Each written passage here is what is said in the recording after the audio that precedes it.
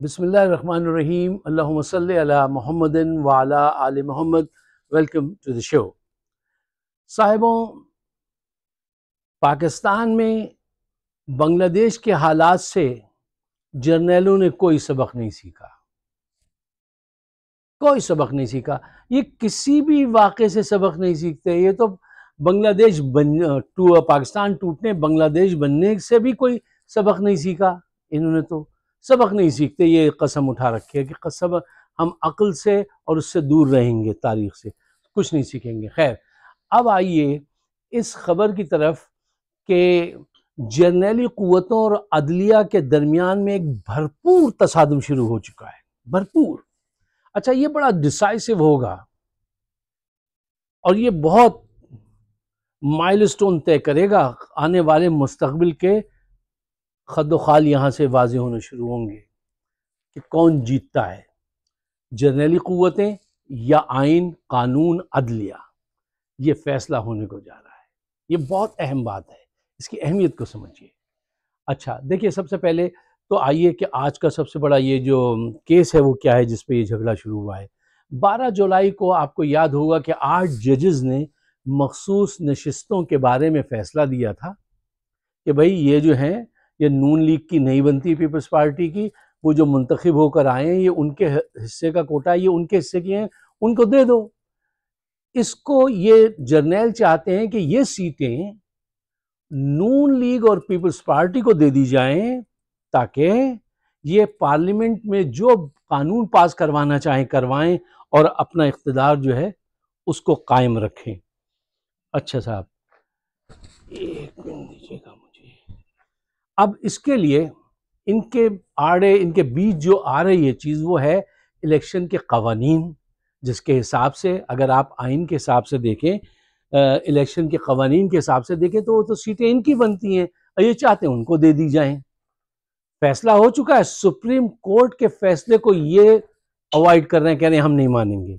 अच्छा, अब इन्होंने क्या ट्रिक निकाली है वो ये है कि अच्छा तो इलेक्शन का कवानीन जो है वो ये कहते हैं, तो ऐसा करो कि पार्लियामेंट से ये कवानीन तब्दील करवा दो। जरा ये देखिए, ये किसी सूरत इख्तिदार कौन जाने देता है साहिबों, कौन जाने देता है। जर्नल आखिरी वक्त तक लड़ेंगे, मेरे ख्याल में अपने खून का आखिरी कतरा बहाने तक लड़ेंगे। इसके लिए तो लड़ेंगे, वहां पे हथियार डाल दिए थे, इख्तिदार के लिए आखिरी कतरे तक लड़ेंगे। बहुत खूब।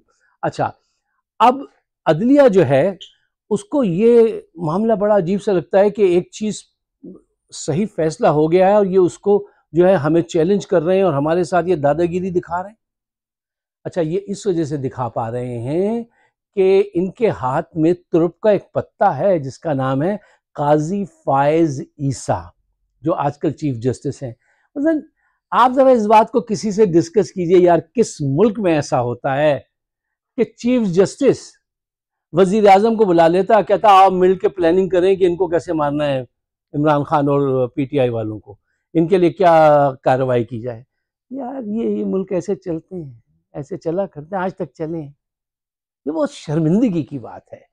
अच्छा, तो ये उसमें अपना जोर लगा रहे हैं कि वो सीटें जो है किसी सूरत पीटीआई को ना मिले, नून को मिल जाए ताकि ये और ज़्यादा मजबूत हो जाएं।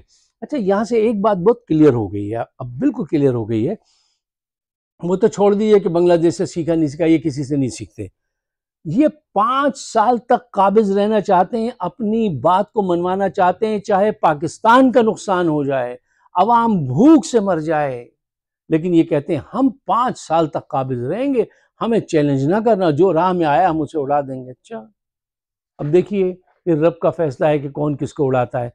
अच्छा, अब ज़रा गहराई में उतर के इस बात का जायज़ा लीजिए। एक दोस्त मुझसे पूछ भी रहे थे कि जर्नैल अदलिया के क्यों इतना खिलाफ है। देखिए, एक किसकी सेइंग, किसने कहा था, मैंने पढ़ा था, अब ये याद नहीं रहता किसने कहा था कि if you are a threat you are always a target. अगर तुम किसी के लिए थ्रेट हो ना, तुम्हारी शख्सियत, तुम्हारा इल्म, तुम्हारी पावर, तो वो तुमको हमेशा अपने उस पर रखता है, टारगेट पे, कब मौका मिले वो तुम्हें उड़ाए। अदलिया पावरफुल है, अगर वो सच्चाई और दयानतदारी से अपना काम करे ना, तो ये जर्नैलों की बदमाशी 2 दिन में वो उड़ा के फेंक दे। आइन ये कहता है, और ये आइन को कत्ल करवा देते हैं, टेलर करते हैं अपने हिसाब से, अपनी ज़रूरत, अपनी विश और विल के हिसाब से। अच्छा, देखिए ये अदलिया को झुकाना चाहते हैं, किसके लिए? अपने नताइज, मनपसंद सॉरी फॉर अपने मनपसंद नताइज हासिल करने के लिए। यही वजह है ना साहब, और क्या वजह है?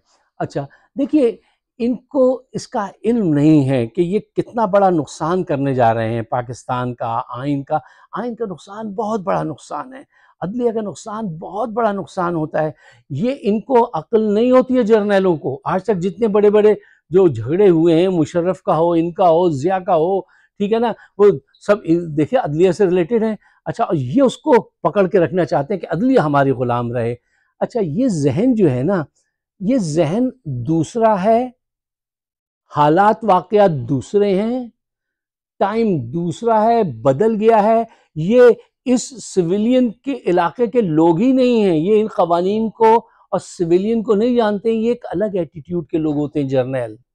ये आर्मी में पैदा हुए, ठीक है ना, आर्मी में इनका वक्त गुजरा, उनका एक अपना कल्चर है।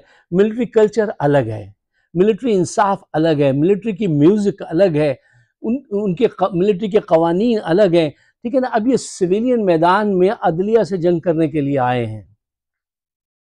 इनकी सोच, इनका दिमाग, इनके बिल्कुल वो दूसरी दुनिया होती है उसके हिसाब से, और ये इस दुनिया में जंग कर रहे हैं।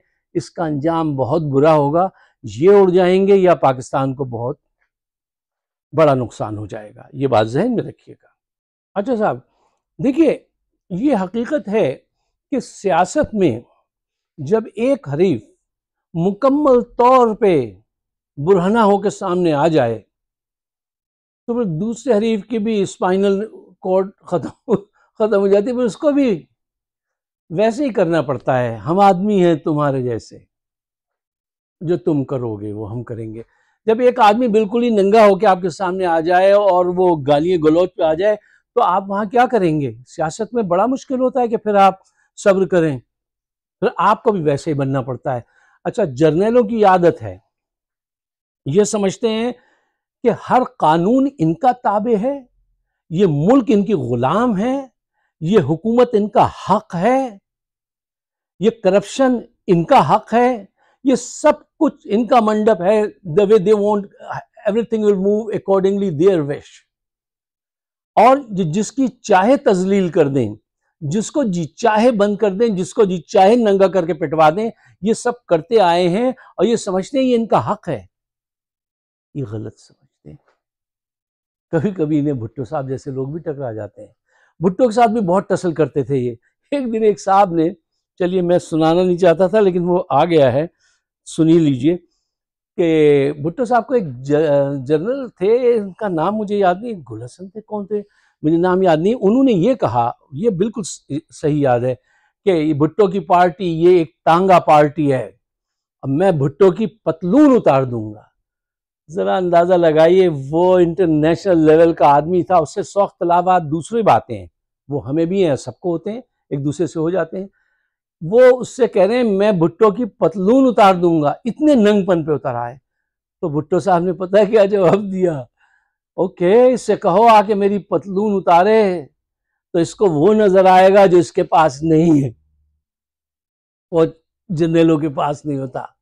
इसको बहुत शौक है, इससे कहो आए आके मेरी पतलून उतारे, मैं इसको वो दिखाऊंगा।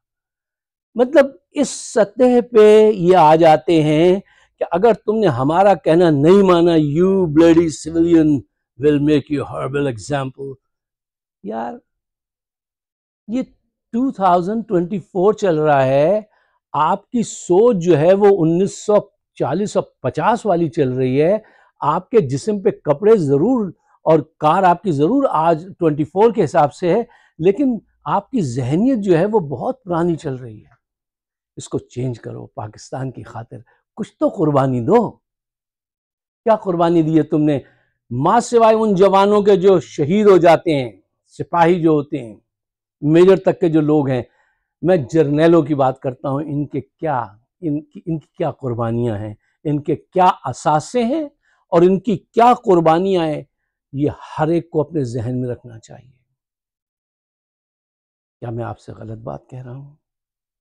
आपको ये हक है, आप खुद इन्वेस्टिगेट कीजिए कि इनकी क्या कुर्बानियां हैं और इनके कितने असासे हैं। अब आज उसने एक कार्ड चलने की कोशिश की है, काजी फायज ईसा ने 3 प्रॉपर्टीज उसने खरीदी है लंदन में, और कहा था ये हमारी बेगम पढ़ाती थी अमेरिकन स्कूल में, तो वहां से इतने पैसे मिलते थे कि हमने जमा करके खरीद लिए। बहुत खूब। कौन सा ऐसा अमेरिकन स्कूल है? हमारे दोस्त वो कह रहे थे यार हमने भी सारी जिंदगी पढ़ाया, कभी इतने पैसे नहीं बने, ये क्या चक्कर है? और आज उन्होंने अपनी कुछ केनाल जमीन जो है वो पाकिस्तान के नाम कर दी है, अपना इमेज बिल्ड करने के लिए। देखिए मैं कितना दयालु हूं और पाकिस्तान से कितनी मोहब्बत है। पाकिस्तान से मोहब्बत है तो सच्चे फैसले करो पाकिस्तान के आइन के अंदर रहते हुए, ताकि सब एक साथ रह सकें, एक साथ जी सकें, एक साथ आगे बढ़ सकें। ऐसे काम करो। ऐसे काम नहीं करोगे, जर्नैलों के बूट पॉलिश करोगे, जो वो कहेंगे वो करोगे, तो फिर आवाम भी ये कहेगी जो तुम करोगे वो हम करेंगे। वक्त करीब आ गया है, खुदा करे कि ये पहचाने, और ना पहचाने तो इसमें भी अल्लाह की कोई हिकमत होगी।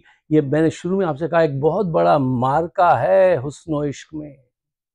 अब पता चलेगा कि कौन मैदान में रहेगा। अगर आप मेरे ख्यालात से इत्तफाक करते हैं और पाकिस्तान के लिए ये अच्छे हैं, तो इसको आगे बढ़ाने में हमारी मदद कीजिए। बहुत सारे चैलेंजेस हैं यार, वो एक वॉल ला के खड़ी कर दी है, वो नोटिस नहीं भेज रहे हैं, पता नहीं क्या कुछ हो रहा है। शेयर कीजिए, मुझे अपने ख्यालात से ज़रूर नवाजिएगा। आप सबका बहुत बहुत शुक्रिया। खुदा हाफ़िज़।